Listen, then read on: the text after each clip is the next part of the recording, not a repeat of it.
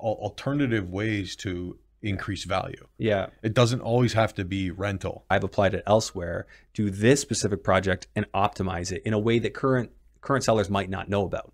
You can demand higher rents based on that alone. When we started this show a year ago, you know, it was everything's coming down, no end to the rate hikes in sight. Now we're seeing 2 months of pause in a row and rumors of cuts. And this is more of a numbers play, right? We're going to look at what is the return, what's the cash on cash, what's the ROI.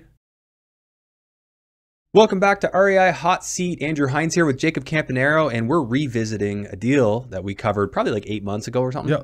And there's been a big change. There has. So I don't want to speak for you. You did not give me the words motivated seller, but I might interpret it somewhat motivated. Yeah. To do a price reduction. We have a motivated seller. There you go. I don't think that's a dirty word, Andrew. I don't like to speak for you. And I don't want to speak for your clients. So this is your listing. Yep.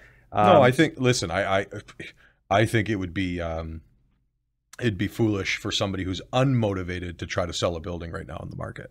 You know what I mean? Yeah. You kind of got to be motivated. I like to do the whole return on equity calculation, and then I also like to look if I could get that money out that's there. Yep. What would I do with it? And is that more return than I'm making right now?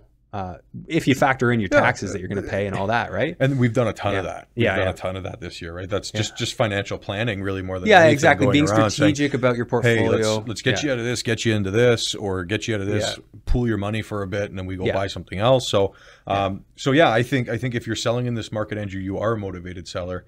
You kind of got or it. Else or you're an unmotivated and you just float it out there and hey, if somebody wants to pay me, they will. And those are out there, don't get me wrong, but too. those are ones that I really don't want to look at. And you kind of know if their price is like just not realistic. But anyways, so this one, remind us about it. Yeah, sure. So as Andrew mentioned, we did do this about 8 months ago. This is a 16-unit building located in the town of Orillia. So it's about 45 minutes north of Barrie. I don't think it's the official gateway to Muskoka. I think that's actually Gravenhurst or Huntsville or something. But it's not quite. I'm not there, a Muskoka but it's close. guy. But it's on the way to Muskoka. Cottage town. There's a nice marina there. There's a lot of employment in the area. There's a big casino. There's a lot of some industry, construction jobs. Your standard stuff. But a bedroom community to Barrie. We could look at it that way as well. Yeah, right? You could be a bedroom community for Barrie there. Yeah, more affordable rents, more affordable housing. But it's a great renting market. I've sold a few buildings in Orillia over the past few years. I find, again, this isn't something that I don't think there's a statistic on this, but I find that the rental product in Orillia is very like duplex, triplex, non-purpose built. There's a lot of non-purpose built rental product there, old motels converted, things like that. So when you come across a brick and concrete or a brick and stick frame purpose built, which building, is what this is with a stick, with a pitched roof. Exactly, right? So you can demand higher rents based on that alone, because the other option is a basement apartment. So I like Orillia for that if you can find a nice apartment building. Well, and I have the breakdown here up on the screen. So a lot of smaller units, and I guess the key to some of the higher rent here is you did say some of them are furnished units as well. Yeah, there's a couple furnished rentals in there. The sellers were experimenting with a few different things. We mentioned this in the last episode, but there's a big policing college and nursing college there. So are they getting some shorter term? They are. So they do have some shorter term leases in there. I like that. Which is not bad at all. No, I don't. I feel like there's potential to grow this. Like you should be able to hit $2,000 on medium term leases on fully furnished TV. Internet, I would think so. All of it. Yeah. Especially if you're targeting the colleges. Right. And that's not these guys' objective. Like if you go in the building now, the mix is not students, it's not postgrads. It's just a mix of It's a mix of hey, we want quality tenants. But so there's that. It has parking for everybody. There's enough parking for the whole building. The renos included, almost back to the studs on every unit. Yeah, so it's modernized. So new kitchen, new bathroom, new flooring, new windows. They went in, they redid the internet system, they redid, they basically just like top to bottom, new roof, new fascia, new soffit, security system, fob system, security system on the front doors, new front and back doors. They really went Like they did the full Monty on it, let's call it, right? So there's not really anything to do to it, at least by your estimation, nothing that needs to be done right now? No, I think this is a really good example of a solid turnkey asset, like the true example of a turnkey asset, where you're going to buy it, you're going to add it to your portfolio. I have management in the area. So if anybody's interested but doesn't know about Orillia, we can take care of that. That's not an issue. And this is more of a numbers play, right? We're going to look at what is the return, what's the cash on cash, what's the ROI, right? And what's your projections on the market? Okay, so I'm going to give my high level look on this. Go for it. We've got required funds to close. So this is, and Jake and I were talking about this off camera. This is a play for CMHC, not the MLI Select program, because there's not the initial audit that you would do to assess where your building's at and where you're going to take it. That is not being done here, but there is an opportunity to go with conventional CMHC, which is like 85% loan to value max with lesser interest rates, more like 4.5%. Yeah, and Andrew, I'll correct you in the fact that you could technically go for MLI Select, but you'd have to do work to it. But you would have to do a lot of work to it. Yeah. So when you weigh out the pros and cons and you say, okay, do we want to start opening up walls and re-insulating and doing this and doing that when you're buying a turnkey building? Because you don't need to, that, right? And we're like, the cost benefit analysis here doesn't really shake out.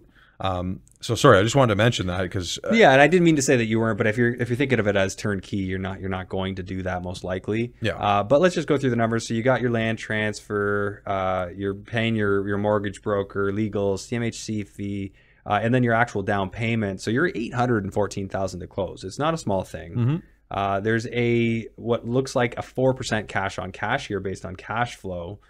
So this is not a full 85% we're able to get here, because I kind of backed the number off so that we could hit that 1.2 debt coverage ratio we need to. So that leaves $2,700 a month coming in. So, I mean, it's not a small down payment to achieve that, but for some people that will tick the box. And it's one of those ones where it depends on where you think we are in the cycle, because asset values have fallen significantly. Right. And we know that that's happened. So do you think we're near the bottom and we're starting to go back up? Well, if you believe that the interest rate cuts are coming that are being rumored, maybe banking on a 2% appreciation is realistic at this point. Maybe it's even more, or maybe it's stagnant. That's a really tough thing for any of us to say with absolute certainty. We do know that over the long run, we've seen the trend that real estate goes up. And where I'm taking that 2% appreciation from, Andrew, that's actually just natural turnover rate. Right? Sure. Like, natural turnover. Aren't you more than 2% turnover on a building? You're like 25%. Yeah, but our rents are almost maximized here. Yeah. So, right? We actually have I did the calculation. We have a 3.5% delta between current and market rents. Oh, okay. So there's already room. So technically that could be a 3% appreciation from natural turnover. But I just wanted to go, what's a safe number? We're going to call it 2%. And that's assuming we can increase rents by $25-50 here and there. And we get a tenant or two tenants a year. I don't think, and so in that, you're right. That's natural. You could do forced appreciation through a few things by going more active with like medium term type rentals. Like there's definitely a lot that could be done there. But I just wanted to visit that sentiment, because when we started this show a year ago, it was everything's coming down, no end to the rate hikes in sight. Now we're seeing 2 months of pause in a row and rumors of cuts. I think when we started the show, Andrew, it was everything was going up. Well, we were a year ago, right? They were already doing the hikes. I feel like when we started, there's still things going up. Oh no, interest rates are still low. So, sorry, interest rates were still climbing at that time, though. The sentiment wasn't quite where it was, is now and was like 2 months ago, where like people were like really down on real estate. Now I think people are starting to see, hey, there's some glimmer. There's a glimmer that rates are coming back down, which might mean that now is a really great opportunity. And it's always easy to tell in hindsight, not easy to tell when you're trying to look ahead. No, and I think, listen, like, who's the right buyer for this building? Well, it could be a couple people that want to JV, refi. Maybe they have a duplex in Orillia already or something like that. Refi it, pull a couple bucks out, go in together and buy it, and then get into your first multifam asset. I think it's a great building for that. I think it's a good with a long-term outlook. Like that 2% appreciation, if you have a 10-year outlook, I'd be shocked if you didn't hit that. And then some, right? And then, and then if you are, then you're averaging, according to this, 16.7% annual return on your money. I mean, that's a not bad return. No. For most people, they're not getting that, No. right? But of course, we're real estate investors, and we expect different things. Yeah. So and on top of that, like I always ask everybody, whether you're working with me, whether you're not working with me, this show goes out public. I'm not saying come by this building. Go and do your own numbers, right? Take a look, find out where it makes sense for you, and then give me a call and say, Jake, this is where we think it works. Like, can we do something here? Can we not? It's the time to make things happen, right? This is I believe it's the time. And there's a lot of people who come into, like, say I have specialized knowledge about Orillia, or I have specialized knowledge about how to do medium-term rentals, and I know that I can apply what I know from where I've applied it elsewhere to this specific project and optimize it in a way that current sellers might not know about. Like, I'm always looking for opportunities like that. What can I draw upon of my experience, of my knowledge, that I can help optimize a certain type of investment, and I'll steer towards those type of investments. And maybe somebody would come along and say, hey, I know a lot about internet and networking.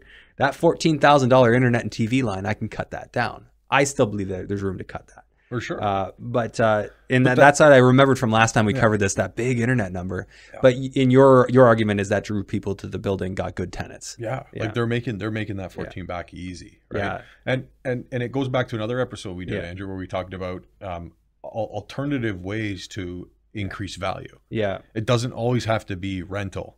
Right. It doesn't always have to be more income. It can be your services, right? you're offering. Yeah. I mean, there's a lot of people in the student rental biz now that are offering bi-monthly or like twice monthly cleanings. Like, every 2 weeks they'll send somebody in and clean it, or once a month they send somebody in. That. And the students, they don't ever clean. So I mean, it's almost to the landlord's benefit to send somebody in just to keep an eye on things, keep it looking good. But I mean, I think overview wise, there's definitely a buyer out there for this. Yep. Even at this price point, I think that it actually is starting to make a lot more sense. You said it was a big drop. We're coming down from high fours into the 3.7 is the ask now. Yeah. So that's not a small difference. Certainly worth reviewing again. And now mortgage rates have changed a bit. They've come down in recent weeks. So it does potentially pay to keep your finger on the pulse with the market right now, because with things changing so quickly, bond rates changing, rates changing, and then sellers' motivation changing, there could be some really great deals out there right now. And you could almost catch it at the right time where, because I know there are deals being done sub 4.5 right now. Yeah. Like 4.3, people closing deals. 4.4. And I've heard that too. Yeah. Right. Yeah. So, if you can catch the motivated seller with the right interest rates at the right time. Yeah, you put a deal together. Right. Even if the interest rates come back up, great. Okay, you locked in, like, we're pretty low right now compared to where traditionally where we have been. And on the grand scheme of things, Andrew, like I personally don't see us going back to 1.9, 2.1, 2%. No, I don't think even CMHC rates, right? Yeah. Like, I think a 4% or a 3.5 to 4% CMHC rate is still very healthy. Yeah. Right. And that's healthy interest. Yeah. At the end of the day, like. Yeah, for sure. So, I think there's some sort of equilibrium. I don't think we go back to those rates either. And who knows? Maybe these rate cuts don't even come. But I think that based on the idea that you want to have a soft landing if you're going to cause a recession, which obviously they're trying to do, and that's looming, and that's been talked about for a long time. Yeah. You want to have that quote unquote soft landing, and the way to do that is rate cuts. There's a lot of historical data to suggest that. So. Who knows? Maybe that's what we see, and that could change this market entirely, and bring a lot of people back to it. And who knows? In 12 months' time, we may be looking back and saying, "Man, we should have bought more, or we should have been doing stuff then." So, anyways, with that said, Jake, tell people what they can expect if they enter their information through the link below. Which we got to put a new link on. Yeah, we'll get that link. Make sure that link is there and updated so that you can enter your info and basically have an opportunity to talk to Jake. Yeah, guys, reach out. Super casual conversation just to see what's going on in your lives, right? How can I help? Where can we add value? Yeah. Come on in. We're happy to have an in-person meeting, right? If anybody wants to meet, again, come to the link. Yeah. Sign up. Let's reach out. Let's connect. Let's have a coffee. We're coming into December. Things are slowing down a little bit. I think we have another week of kind of and then it's speed. Like Christmas break. And then things start slowing down. So listen, over the next few weeks, if we want to get together for a coffee, hey, I love coffee. Let's do it. All right. Perfect. So all right, guys. if you made it this far, make sure you share the episode with somebody you think it would help. We really get into the weeds. I was talking to one of my coaching students and telling him about this show. He didn't even know about it, and he found it. Now he's just binging every episode because the technical knowledge in here, the gold nuggets that Jake drops all the time, and the stuff we dig in on. I mean, that's stuff people pay big coaching dollars for to learn, and it's free value. So please share it. Please, that's how we grow the show. And I think it goes to say that, everything we talk about, we may glance over something quickly, right? Because we do talk about a lot of different things on this show, and it's only a 15-minute platform. So again, 20 sometimes. 20 minutes, 15 to 20 minutes. But if anybody, again, sign up below, let's have a conversation. Everything we talk about on this show is what I help my clients with, and it's what Andrew actually coaches on his one-on-one coaching sessions. So it depends. Like everybody's different. Everybody's needs are different. But if it just so happens that commercial real estate is the solution, then I know who can help them. So anyways, all right, guys, we'll see you again next week.